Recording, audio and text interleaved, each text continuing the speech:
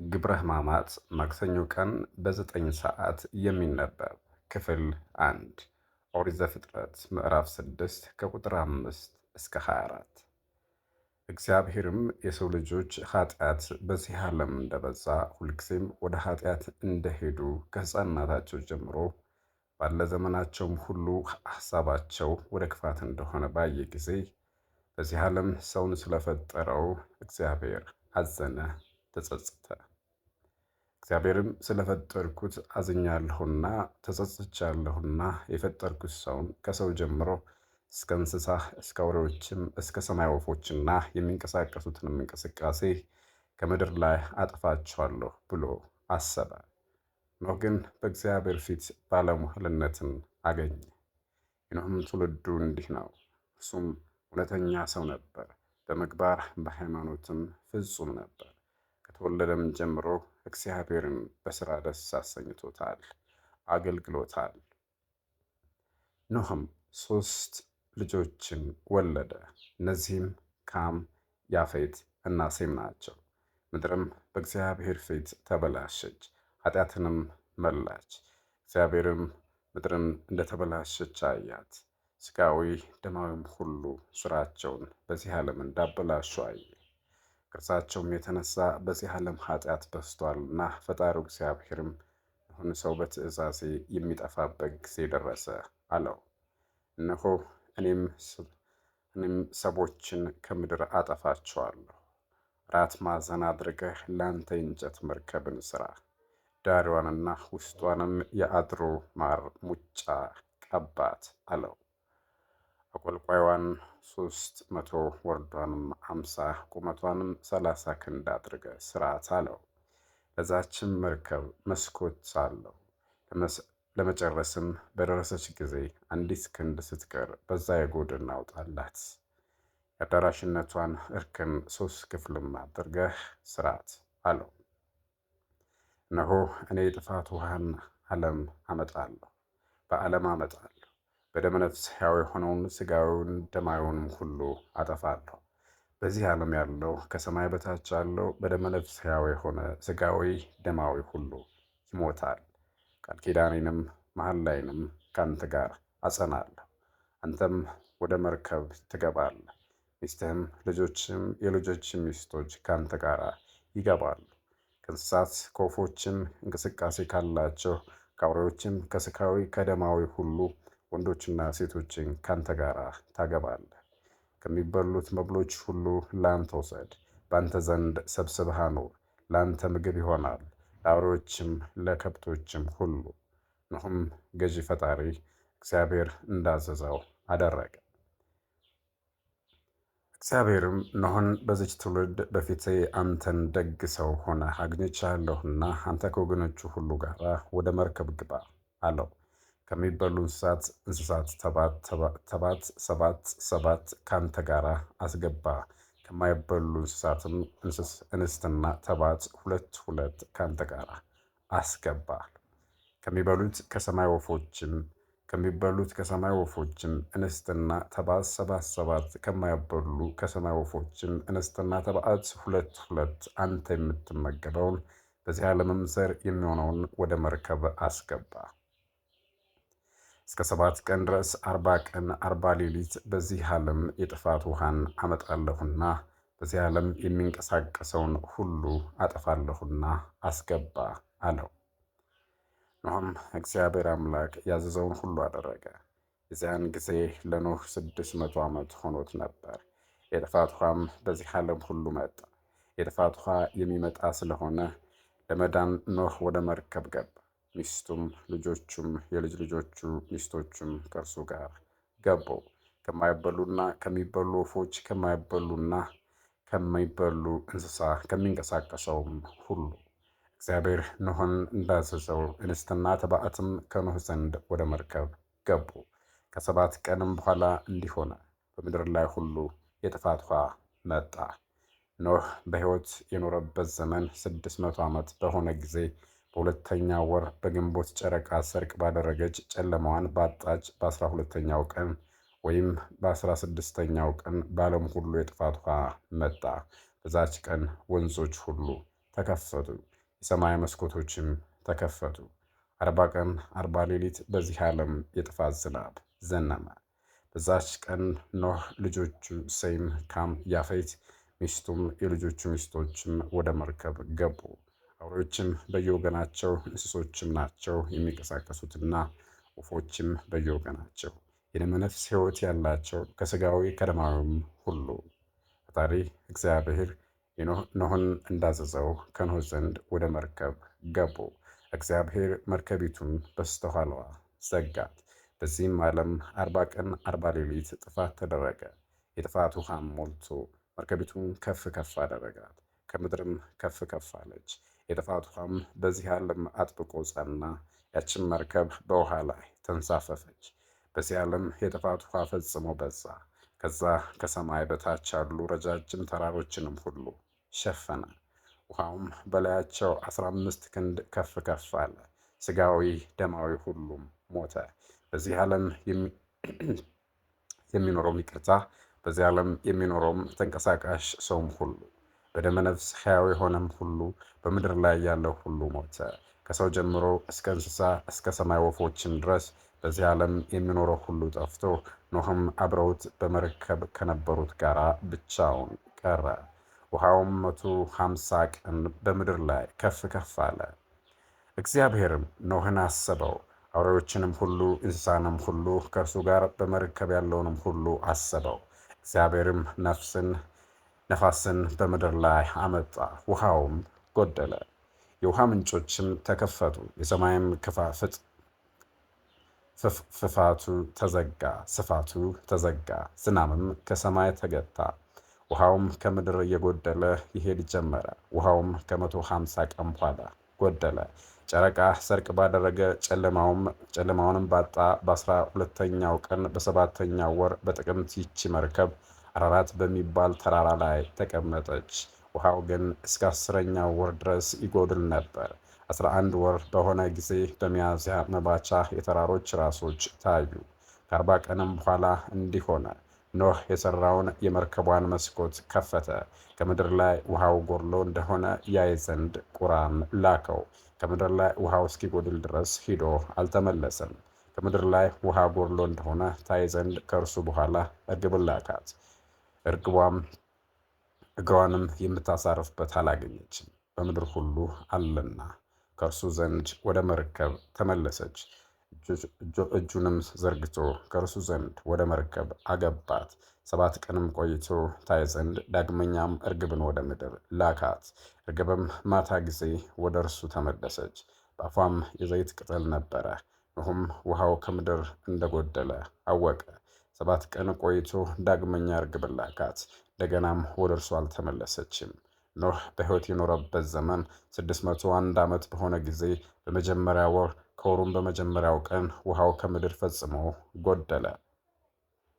ኖኅም የሠራውን የመርከቡን ድፍነት ወይም ጣሪያ ገለጠ፣ ውሃውም ከምድር ላይ እንደጎደለ አየ። ጨረቃ ሰርቅ ባደረገ ጨለማውን ባጣ በ12ኛው ቀን በሁለተኛው ወር በግንቦት ምድር ደረቀች። እግዚአብሔርም ኖኅን ከመርከብ ውጣ አለው።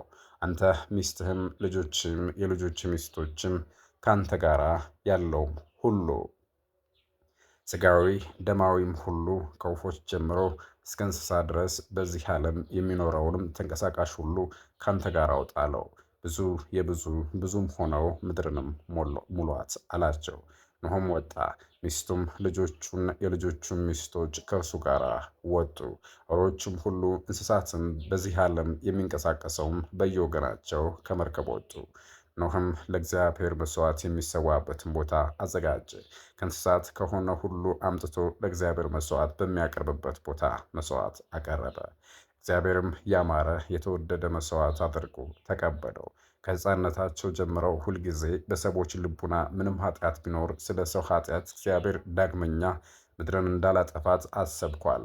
እንግዲህ በደመ ነፍስ ሕያው የሆነውን ሥጋዊ ደማዊ ሁሉ ማጥፋት አልገደድም አለ። አልደግምምም አለ። ሁሉን እንዳደረጉ ምድር ጸንታ በኖረችው ዘመን መከርና ዘርዕ፣ ሙቀትና ውርጭና ክረምት፣ በጋ ሌሊትና ቀን አያቋርጥም አለ። እግዚአብሔርም ኖኅንና ልጆቹንም መረቃቸው። ብዙ ተባዙ፣ ምድርንም ሙሏት፣ ግዟትም አላቸው። ከእናንተ የተነሳ በምድረ በዳ ያሉ አውሬዎች ሁሉ ይፍሯችሁ፣ ይንቀጥቀጡላችሁ። እንስሳትንና በሰማይ ያሉ ወፎችን፣ በባህር ያሉ ዓሣዎችንና በዚህ ዓለም የሚኖሩ ተንቀሳቃሾችን ሁሉ በእጃችሁ ሰጠኋችሁ አለ። በደመ ነፍስ ሕያው የሆነውን ተንቀሳቃሹን ሁሉ እንደ እህል ፍሬ ምግብ ይሆናችሁ ዘንድ ሁሉን ሰጠኋችሁ አለ። ነገር ግን ደም ሕይወታችሁ ነውና ደም ያለውን ሥጋ ሁሉ አትብሉ አላቸው። ከአውሬዎችም ሁሉ እጅ ከሰውም እጅ ሁሉ ወንድሙ ከሚሆን ሰው እጅ የሰውን ሁሉ ሰውነት እሻለሁ አላቸው። ሰውን በእኔ አምሳል ፈጥሬዋለሁና የሰውን ደም ያፈሰሰ ሰው ሁሉ ስላፈሰሰው ስለዛ ሰው ደም ፈንታ ደሙ ይፈሳል አላቸው። እናንተ ግን ብዙም ሁኑ፣ ምድርንም ሙሏት አላቸው። የሶሎሞን የምሳሌ ነገር። የፈጣሪው በረከት ከሁላችሁ ጋር ትሁን ለዘላለሙ አሜን።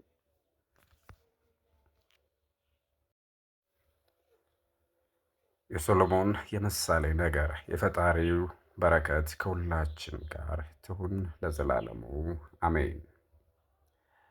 ጥበብ ወልድ ለሷ ቤትን ሰራች፣ ፈጠረች፣ 7 ምሰሶችንም 7 ዕለታት አቆመች። የእሷን እርድ አረደች፣ የሚበላውንም ፈጠረች። ወይኗን በማደጋዋ የሚጠጣውን ፈጠረች፣ ማዕዷንም አዘጋጀች። ብዙ ትምህርትን ለማስተማር ሰውን ለመጥራት ባሮቿን ፀሐይ ጨረቃን ላከች። አላዋቂ የሆነ ከኔ ዘንድ ይወገድ፣ እውቀትም ያነሳቸው። እንጀራዬን መጥታችሁ ብሉ፣ የቀዳሁላችሁንም ወይኔን ጠጡ ስትል ፀሐይ ጨረቃን ላከች። ስንፍናን ተዋት፣ በሕይወትም ትኖሩ ዘንድ እውቀትን ፈልጉ። በመረዳት እውቀትን አቅንታችሁ ተማሩ። ክፉዎች ሰዎችን የሚያስተምር ሰው ውርደትን ይቀበላል። እግዚአብሔርን የዘነጋውን ሰው የሚያስተምር ራሱን ያስነቅፋል። እንዳይጠሉህ ሰነፎች ሰዎችን አስተምራቸው፣ አትዝለፋቸው። ብልህን ሰው አስተምረው ይወድሃል፣ አላዋቂ ግን ብትመክረው ይጠልሃል። ለብልህ ሰው ምክንያት ስጠው፣ እውቀትንና ጥበብን ያበዛል። ለብልህ ሰው አመልክተው፣ በጥበብ ላይ ጥበብን ይጨምራል። የጥበብ መጀመሪያ እግዚአብሔርን መፍራት ነው፣ የቅዱሳንም ምክር እውቀት ነው። ሕግን ማወቅ ግን ለበጎ ልቡና ስምም ነው። በዚህ ሥርዓት ብዙ ዘመን ትኖራለህ፣ በሕይወት የምትኖርባቸው ዘመኖችም ይጨመሩልሃል። የሶሎሞን ምሳሌ ምስጢር ትርጓሜ። ጥበብ ለራሷ ቤትን ሰራች አለ። ጥበብ ያለው ጌታችን ኢየሱስ ክርስቶስ የእግዚአብሔር ልጅ የቤቱም ሕንፃ ለምእመናን የደህንነታቸው ወደብ ያረጋት የከበረች ቤተ ክርስቲያን መሆኗን ያስረዳል በማለት ተርጓሚው 7 ምሰሶችን አቆመች አለ። 7 ምሰሶች ያለው በቤተ ክርስቲያን ውስጥ ስለተሰሩት ስለ 7ቱ ሰራዊቶች ይናገራል። እነዚህም 7ቱ ማዕረጋተ ክህነት ናቸው። ከሊቀ ጳጳስ እስከ አጽዌ ሆህት እርዷን አረደች፣ ማዕድንም አዘጋጀች አለ። ስለዚህም የእስራኤል ልጆች ያርዱት በነበረው ፋንታ በቤተ ክርስቲያን ውስጥ የሚሰዋው ለሕዝቡም መድኃኒት ያደረገው ስለ ክርስቶስ ሥጋውና ደም ይናገራል። በከፍተኛ ትምህርት ይጠሩ ዘንድ ባሮቿን ላከች አለ። ይህንም ከእናንተ ውስጥ ሰነፍ አላዋቂ ካለ ወደ እኔ ይምጣ ይላል። ባሮች ስለሚለው ሁልጊዜ ሕዝቡን ከማስተማር እንዳያቋርጡ ትምህርትን በማዘወተር ድንቁርናን ከሕዝቡ ይርቅ ዘንድ ያዛቸውና በቤተ ክርስቲያን የሾማቸው የጌታ ካህናት እንደሆኑ ይናገራል። የመንጋዎቻቸውን ተግባራት መጎብኘት ለካህናት ይገባል። ምዕመኑም ወደ ኃጢአት ወደ ስንፍና የሚያዘወትር ከሆነና ከነፍሱ ድህነት ቢርቅ ከነዚህ ስራዎቹ ተለውጦ እንደ አምባር ጌጥ የሚሆን የክርስቶስን ቃል ቀንበር ይሸከም ዘንድ ቅንነት፣ የዋህነት ባለው በለሰለሰ ቃል ያስተምሩት። ኑ ከእንጀራዬ ብሉ፣ ከተጨመረውም ወይኔ ጠጡ እላችኋለሁ አለ። ካህናቱ ምዕመናኑን አስተምረው ከኃጢአት ከለዩአቸው ያን ጊዜ ከጌታችን ኢየሱስ ክርስቶስ ከቅዱስ ሥጋውና ከክቡር ደሙ ይስጧቸው ማለቱ እንደሆነ ይናገራል። በሕይወት ትኖሩ ዘንድ ከእናንተ ስንፍናን ተዋት አለ። ይህም የጌታችንን ሥጋውንና ደሙን የተቀበለ ወደ ሆነ ድንቁርና እንዳይመለስ ክርስቶስ ፈቅዶ የሠራውን ሕገ ወንጌልን ለዘወትር የሚሻ ይሁን እንጂ ጌታችን ክርስቶስ ሥጋዬን የበላ እኔ ሕያው እንደሆንኩ ስለ እኔ ሕያው ሆኖ ለዘላለም ይኖራል እንዳለ። እንግዲህ በኃጢአት ሞት አይሞትምና ዳግመኛም ረቂቁን እውቀት ገንዘብ አድርጎት ትሩፋትን ለመስራት ከዚህ እውቀቱ ጋር ተጋድሎ ያደርጋል። ስለዚህም በስንፍና ከሚመጣ ድንቁርና ርቆ በመንፈሳዊ እውቀት ሕያው ሆኖ ይኖራል። ሕያው ሆናችሁ እንድትኖሩ እውቀትን ፈልጓል። ሰው እውቀትን ከፈለገና እርሷን ገንዘብ ለማድረግ የተጋ እንደሆነ ለዘላለሙ እርሷ አይወድቅምና ቤቱም በጭንጫ ላይ የሠራ ሰው ሕንፃው ጸንቶ እንዲኖር በቅዱስ ወንጌል እንደተነገረ ክፎችን የሚያስተምር ራሱን ያዋርዳል አለ። ይህንም አማኞች ላልሆኑ ከሃዲዎች አምላካዊ ምስጢርን የሚገልጽ እነርሱ ያቃልሉታልና ራስ የተባለ ጌታን ስለሚያሰድብ ነው። ስለዚህም ቅዱስ ወንጌል የተቀደሰው ቁርባን ለውሾች አትስጡ፣ እንቋቸውንም በእሪያዎች ፊት አታኑሩ ይላል። በዚህም ወደ መጨረሻው ለብልህ ምክንያት ስጠው፣ ጥበብን ይጨምራል አለ። በክርስቶስ ሕግ ወንጌል አማኞች ለሆኑት እውቀትን በምታስተምራቸው መጠን ሁሉ እነርሱ መንፈሳዊ እውቀትን በእውቀታቸው ላይ ይጨምራሉና፣ ስለዚህም ቅዱስ ወንጌል ላለው ይሰጡታል ይጨመሩለታልም ይላል። የእውቀት መጀመሪያ እግዚአብሔርን መፍራት ነው አለ። ከዓለም የሆኑ ስራዎችን ለመስራት ሰው ሁሉ የሚፈልግ እንዳይሆን ይናገራል። ነገር ግን በስራው ሁሉ እግዚአብሔርን የሚፈራና ሕጉን የሚሻ ይሁን እንጂ የሚሻው ስለዚህም ሁሉ ይፈጸምለታል። የቅዱሳን መምህራን ምክር እውቀት ይጨምራል አለ። ስለዚህም ሰው ያለኝ እውቀት በቃኝ ብሎ በራሱ ፈቃድ ይመለስ ዘንድ አይገባም። ነገር ግን ራሱን ዝቅ አድርጎ ለነፍሱ ድህነት በሚሆንለት ገንዘብ ከቤተ ክርስቲያን ሊቅ ይማር እንጂ። የአባቶች መምህራን ምክራቸው ለሰው የነፍስን ድህነት ታስተምረዋለችና ላለፈውም ሆነ ለሚመጣው የነፍሱን ድህነት የሚያገኝበትን እውቀት ትጨምርለታለችና ይላል። ሕግን ማወቅ ግን ለበጎ ልቡና ስምም ነው አለ። ስለ ሕግም ሲናገር ከሚተውትና ከማይተውት ገዢ እግዚአብሔር የወሰናትን ውሳኔ በማመልከት የሰው ልቡናው ከተናቀ የኃጢአት ስራ ለዘውትር ተመልሶ ትሩፋትን ለመስራት የሚፈልግ ይሆን ዘንድ ይናገራል። በዚህ ስርዓት ረጅም ዘመን በሕይወት ትኖር ዘንድ በሕይወት የምትኖርባቸው ዘመናት ይጨመሩልሃል አለ። ሰው በጌታ ትእዛዝ ጸንቶ የሚኖርና ትሩፋትን የሚሻ የሆነ እንደሆነ ኃጢአትን ድል በመንሳቱ ሕይወት ይሰጠዋልና ምን አይጠፋበትምና።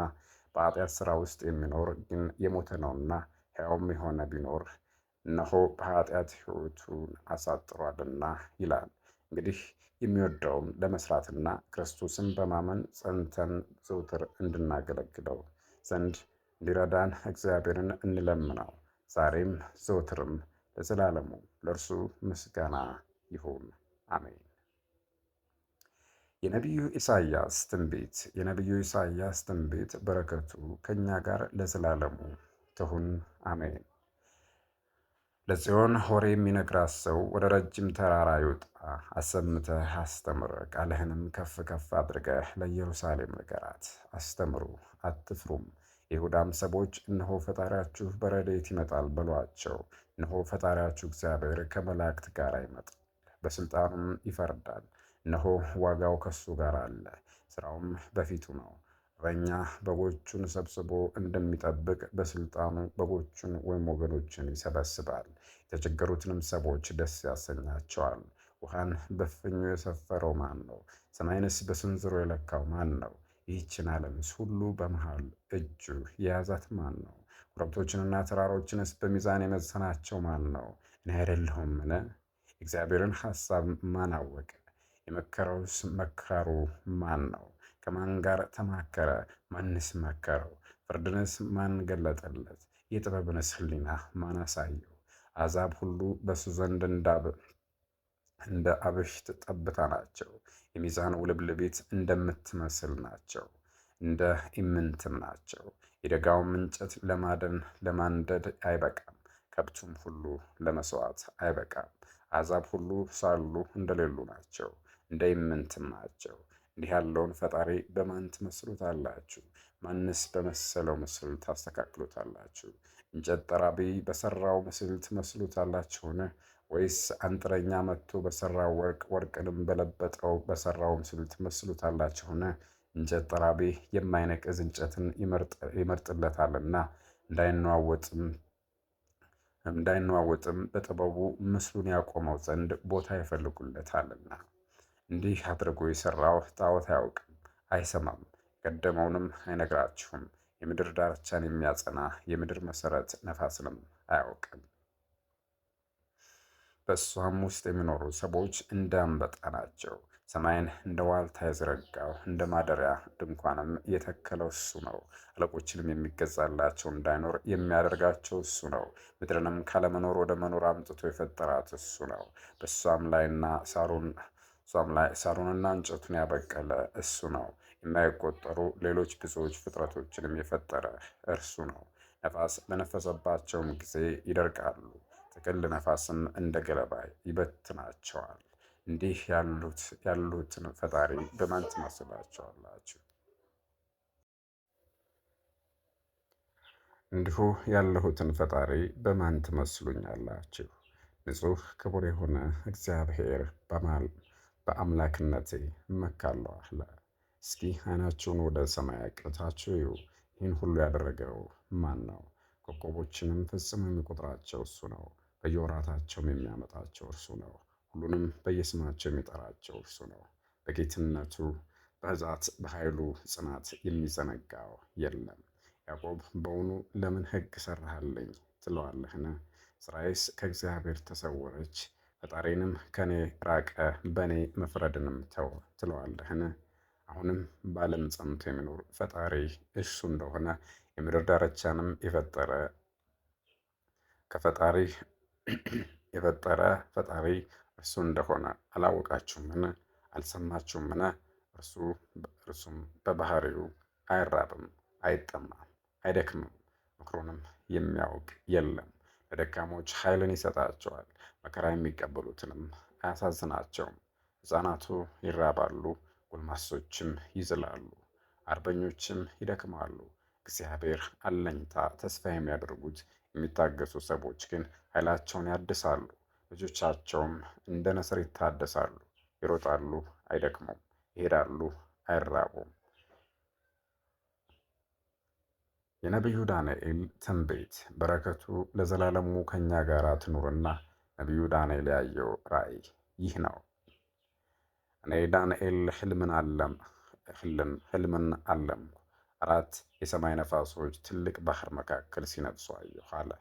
አራት ታላላቅ አውሬዎችም አንዱ ከአንዱ የማይመሳሰሉ ከባህር ሲወጡ አየሁ። መጀመሪያዊቱ እንደ አንበሳይት ናት። ናቡከደነጾር ክንፍም እንደ ናቡከደነጾርም ክንፍም አላት። ክንፍ ያለው ስልጣን ነው። ክንፏም እንደ ንስር ክንፍ ነው። ክንፏ ተነቅሎ እስኪወድቅ ድረስ አየኋት፣ ስልጣኑን እስኪነሳት እንደማለት። ተነስታም በምድር ላይ እንደ ሰው እግር ቆመች፣ የሰውም ልብ ተሰጣት። ተኩላ የምትመስል ሁለተኛይቱም አውሬ መታ ቆመች። ዳሪዮስ መሆኑ ነው። ፊቷም አንዲት ናት፣ ግዛቷ አንዲት ሜዶን። 3 የጎን አጥንቶች በአፏ ተይዘዋል። ባቢሎን፣ ሜዶን፣ ፋርስ እንደማለት። እንዲህም ተነስተሽ ብዙ ሥጋ ብይ አሏት። ከዚህም በኋላ በነብር አምሳል ሌላ አውሬ አየሁ።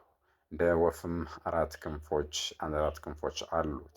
ባቢሎን፣ ፋርስ፣ ሜዶን እንደማለት ስልጣንም ተሰጠ። ከሱ በኋላ ሌሊት በራእይ የሚያስፈራ የሚያስደነግጥ እጅግ ኃይለኛ የሆነ አራት አውሬን አየሁ። የመንግስት ጽርዕ ወይም የጽርዕ መንግስት እንደማለት። ጽርዕ ማለት ግሪክ ነው። ጥርሶቹ የብረት ጥፍሮቹ የናስ ናቸው። ሁሉን ይበላል፣ ሁሉን ያደቃል፣ የቀረውንም በእግሩ ይረግጣል። ያም አውሬ ከስረሱ አስቀድመው ከነበሩ አውሬዎች ሁሉ ይበልጣል። 10 ቀንዶች አሉት። ቀንዶቹን ባየሁ ጊዜ እነሆ በመካከላቸው ሁለተኛ ትንሽ ቀንድ በቀለ። አውሬ ፋኖስ፣ አንጢያኮስ እንዲሉ ከሱ አስቀድሞ የነበሩ 3ቱ ቀንዶችም ከፊቱ ተነቀሉ፣ ወደቁ። እንደ ሰውም ዓይኖች ያሉ ዓይኖች አሉት። የዚያም የትንፋሽ የትንሽ ቀንድ አፉ ታላላቅ ነገሮችን ይናገራል። ዙፋኖችን እስኪዘረጉለት ድረስ ደርሶ አየሁ። ዘመኑን የሚያስረጅ እግዚአብሔር በላያቸው ተቀመጠ። ልብሱም እንደ በረድ ነጭ ነው፣ የራሱም ፀጉር እንደ ብዝት ነጭ ነው። ዙፋኑም የሚነድ እሳት ነው፣ ሰረገላውም የሚንቀለቀል ፍህም ነው። የእሳትም ጎርፍ በፊቱ ይፈሳል። የብዙ ብዙ የሆነ መላእክትን ያገለግሉታል። የእልፍ እልፍ መላእክትን በፊቱ ይቆማሉ። በአደባባይ ተቀምጦ መጽሐፍትን ገለጠ። ያን ጊዜም ይህ ቀንድ ከተናገረው ነገር የተነሳ ያ አውሬ እስኪርቅና እስኪጠፋ ድረስ ደርሶ አየሁ። በእሳትም ያቃጥሉት ዘንድ አስካሉን ወይም አካሉን አሳልፈው ሰጡት። የነዛም አውሬዎች ስልጣናቸው ተወሰደ፣ የሮማውያን መንግስት ማለት ነው። ነገር ግን እስከ ጊዜያቸው ድረስ ብዙ ዘመን ተሰጣቸው። በሌሊት ራእይ አየሁ፣ እነሆ እንደ ሰው ልጅ ያለ ታላቅ በሰማይ ደመና መጣ። ዘመኑን ወደሚያስረጅ ወደ መለኮት ደረሰ። ከፊቱም አቀረቡት። የዘላለም አገዛዝ፣ ጌትነት፣ መንግስት፣ የዘላለም ስልጣን ተሰጠው። ሕዝቡና አሕዛቡ ሁሉ በአራቱ ማዕዘን የሚኖሩትና ነገዱም ነገስታቱም ሁሉ ይገዙለታል። አገዛዙም የዘላለም አገዛዝ ነው።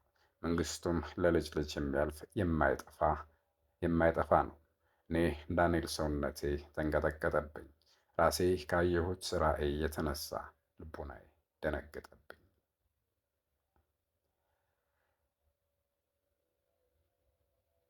የዳንኤል ራእይ ምስጢራዊ ትርጓሜ። እኔ ዳንኤል በሌሊት ራእይ ዙፋኖችን ሲያዘጋጁ አየሁ አለ ብሎ ተርጓሚው ተናገረ። ስለ ዙፋኖች የመለኮት ጌትነትና ክብር እንደሆነ ይናገራል። ዘመናትን የሚያስረጅ ተቀመጠ አለ። ይህም ልዑል እግዚአብሔር የነቢዩን ልቦና ብሩህ አድርጎለት ፈጣሪም በጌትነቱ ሆኖ አይቶታልና ይህ ይመስላል። ልብሶቹ እንደ በረድ ነጭ ናቸው አለ። ስለዚህም የመለኮትን እንደሆነ ይናገራል ይላል። የራሱ ፀጉሩም እንደ ባዘቶ ነጭ ነው አለ። ይህም የመለኮትን ቀዳማዊነት ያስረዳል። ዙፋኑም መንበሩም የሚነድ ነው አለ። ይህም እንደተናገርነው የጌትነቱ ክብር ነው። የእሳት ጎርፉ በፊቱ ይፈሳል አለ። ስለዚህም መከልከል የሌለባት አምላካዊ ትእዛዙ እንደሆነች ይናገራል። የብዙ ብዙ የሆነ አላፋት በፊቱ ይቆማሉ አለ። ይህም ስለ መላእክት አለቆች፣ ስለ ረቂቃን የመላእክት ሰራዊት ይናገራል። በፊቱ ስለ መቆም ተናገረ። ሕጉን የሚጠብቁና ትእዛዙን የሚፈጽሙት ያለማቋረጥ የሚያመሰግኑትንና የሚቀድሱትን እንደሚመስል ያስረዳል። ፈራጅ ተቀመጠ አለ። አስቀድመን እንደተናገርነው ፈጣሪን በክብሩ ሆኖ ማግኘት ነው። መጽሐፍት ተገለጹ አለ። ይህም ስለ ክርስቶስ ሰው መሆንና መምጣት የተናገሩት የነቢያት ቃል ነው። ያን ጊዜ የብዙ ነገርን ቃል ሰማሁ አለ። ይህም የሊቃናት፣ የስልጣናት፣ የመላእክት በዜማ የሚያመሰግኑት ቃል ነው። መለከቶች ይናገሩታል። ይህችም ታላቅ መለከት የያዙ የመላእክት ሰራዊት የሚያመሰግኑባት ናት። ስለ አርባዕቱ እንስሳና ስለ 24ቱ ዘላለማውያን ካህናተ ሰማይ፣ ስለ መላእክት ሰራዊትም እነርሱ ያለማቋረጥ ቅዱስ ቅዱስ ቅዱስ እያሉ እንደሚያመሰግኑት በራእዩ ወንጌላዊ ዮሐንስ እንደተናገረ፣ ያ አውሬ ሲገደልና ሲጠፉ ስጋውም በእሳት ለመቃጠል ሲሰጥ የአራዊት ሁሉ ስልጣን ሲቀማ አየሁ። ይህም ጌታ ክርስቶስ በስጋ በተገለጸ ጊዜ በሰዎች ላይ ከአዳም እስከ ክርስቶስ መምጣት ድረስ ሰልጥኖ የነበረ ሰይጣን ኃይሉ እንደሚያደክም፣ ስልጣኑ እንደሚቀማ፣ የሰው ሰራዊት የሆኑ አጋንንት ወደ እሳተ ገሃነም እንደሚጨመሩ ይናገራል። ጌታችንም በመጣ ጊዜ ከእጆቹ አድኖ ከሲኦል አወጣቸው፣ ዲያብሎስንም በዘላለማዊ እሳት ውስጥ ተወው። ለዲያብሎስና ለሰራዊቱ ወደ ተዘጋጀ ወደ ዘላለም እሳት ሂዱ ብሎ በግራው ያሉትን ሲያሰናብት እርሱ ራሱ በቅዱስ ወንጌል እንደተናገረ፣ እነሆ እንደ ሰው ልጅ የሆነ በሰማይ ደመና ሲመጣ አየሁ አለ። ስለዚህም የአብ አካላዊ ቃል በስጋዊ ምስጢር የሆነውን እንዳየ ደመና ያለውም ንጽሕት ድንግል እመቤታችን ማርያም እንደሆነች ይናገራል። ዘመናትን ወደሚያስረጀው ደረሰ አለ። ስለዚህ ሲናገር የመለኮትና የትስብእት ተዋሕዶ ያስረዳል። አገዛዝ፣ ጌትነት፣ መንግስት ተሰጠው አለ። ስለዚህም በተዋህዶ አንድ ባህሪ አንድ አካል ከመሆኑ የተነሳ አንድ መንግስት፣ አንድ ጌታ፣ አንድ ፈቃድ፣ አንድ አገዛዝ መሆኑን ይናገራል። አሕዛብ ሁሉ ነገድም መንደር መንደረው የሚኖሩ በቋንቋም የሚለያዩ ሁሉ ይገዙለታል አለ። ይህም ክርስቶስ ሥጋን ከተዋሃደና ሰው ከሆነ በኋላ የእስራኤል ልጆች በየጊዜው በአምልኮ አንድ ሆነው እንደኖሩ የሕዝብ ተዋህዶ አንድ ትሆናለች። ነገር ግን ያመኑት ከእስራኤል ልጆች በክርስቶስ አንድ የተመረጠ ወገን ይሆናሉ። ይገዙለታል ያለው ትርጓሜው ከፀሐይ መውጫ እስከ ፀሐይ መግቢያ ያሉ ሁሉ በስሙ አምነው ይሰግዱለታል ማለት ነው። መንግስቱ የማይጠፋ አለው፣ ይኸውም የማያልፍ ነው። በክርስቶስም ያመኑ ምዕመናን እስከ ዓለም ፍጻሜ የማያቋርጡና ሕያዋን ሆነው ይኖራሉ። ዳግመኛም እርሱ ንጉሣችንና አምላካችን ሕያው ባህሪ እንደሆነ ይናገራል። እስከ ዘላለሙ ለእርሱ ክብር ምስጋና ይሁን፣ አሜን። ክፍል 2 የአባቶች ሃይማኖት። የእስክንድርያ ሊቀ ጳጳሳት ቅዱስ ዮሐንስ ወደ አንጾኪያ ሊቀ ጳጳስ ወደ አባ ኪራኮስ በላከው መልእክቱ እንዲህ አለ። ዳግመኛም በአብ በወልድ በመንፈስ ቅዱስ ስም ሕልውና እንዳለው የምናውቀው መለኮት ሁለንተናው ሰው እንደሆነ ሰው የሆነው ከሦስቱ አካላት አንዱ አካል እንዳይደለ በመናገራቸው ሦስቱ አካላት አብ፣ ወልድ፣ መንፈስ ቅዱስ ሰው እንደሆኑ የሚያስቡትን የሚናገሩትን አንድ መለኮት አንድ ባህሪ እንደሚሆኑ እንደ አብ እንደ መንፈስ ቅዱስ አካል ያለው በመለኮት አንድነት ከአብ ከመንፈስ ቅዱስ ጋር በእውነት የምናመሰግነው አንዱ የእግዚአብሔር ቃል አካል ነፍስን ሥጋን ነስቶ ሰው እንደሆነ የማያምኑትን እኛ እናወግዛለን። ሁለቱ አካላት አብ፣ መንፈስ ቅዱስ ግን ፈጽሞ ሰው አልሆኑም። ብፁዓን ሆይ እኛም እንደናንተ የአካላት መለኮት የአብ የወልድ የመንፈስ ቅዱስ የራሱን ነው የሚሉትን እናወግዛለን፣ እንለያቸዋለን። በመለኮት አንድ ናቸው እንጂ የተለያዩ አይደሉምና። እኛስ በመንፈስ ቅዱስ ተገልጾላቸው ከእግዚአብሔር አግኝተው የጻፏትን የአባቶቻችንን ሃይማኖት እናምናለን፣ እንቀበላለን። ስለምንሰግድላቸው ስለ ቅድስት ሥላሴ ስለምንናገረው በዚህ ምስጢር ከእናንተ ጋር አንድ እንድንሆን ንጹሐን አባቶቻችን ሆይ ይህንን ደግሞ በእናንተ ዘንድ እንታመናለን። አምላክ በፈጸመው ሥጋዌ እንዴት እንደሚያምኑ የቅዱሳት አባቶቻችንን ሃይማኖት እንናገራለን።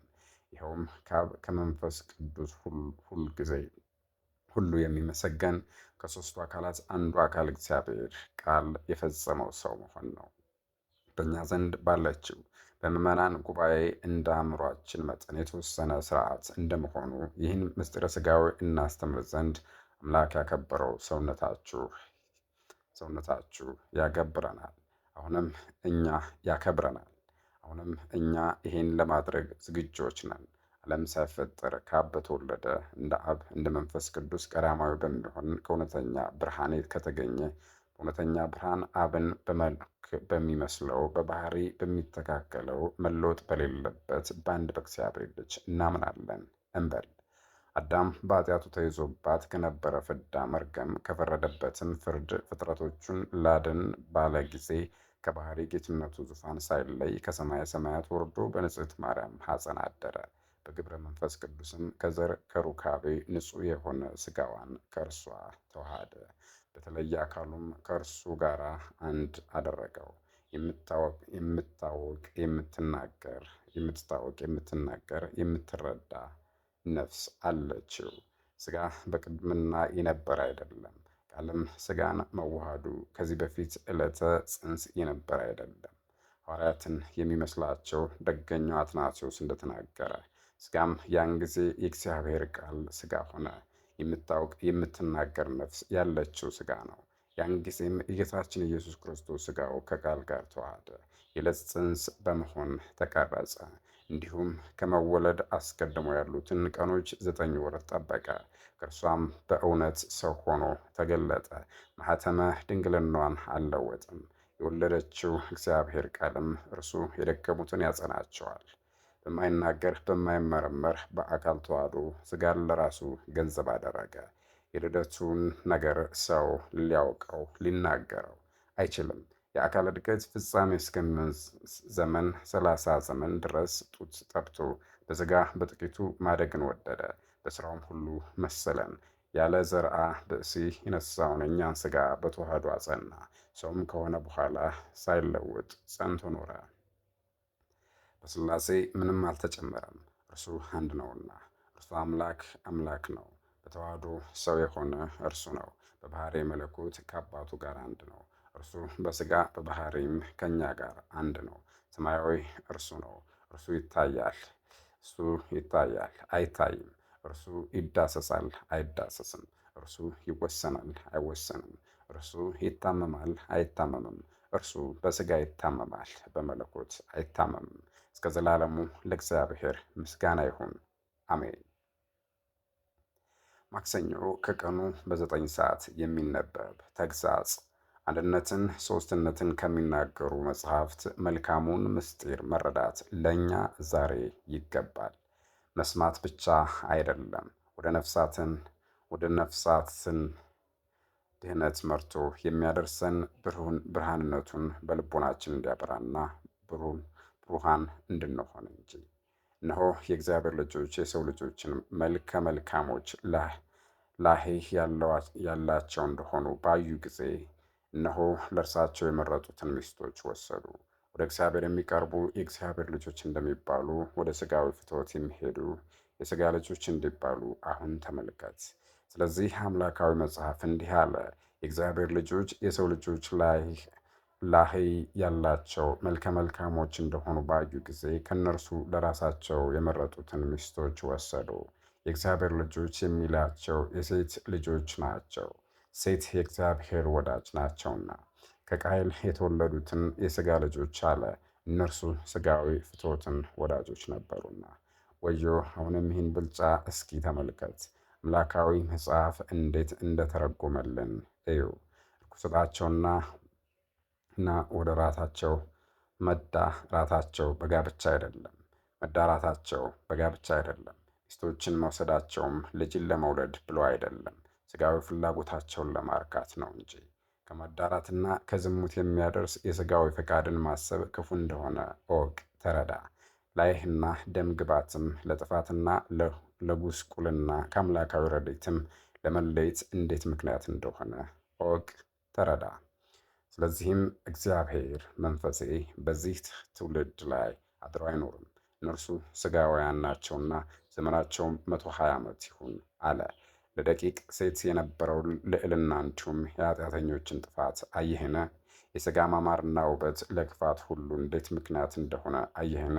የዝሙት ፍላጎት በክፋት ሁሉ የሚያስርና በጥፋትም የሚደፍን እንዴት እንደሆነ አየህን? ከእግዚአብሔር ምሕረት እንዴት እንደራቀች የአንድነት ብርሃንም እንደተሰወረች ረጅም ዕድሜንም እንዳሳጠረች ወደ ክፉ ጥፋትም እንዳደረሰች አየህን?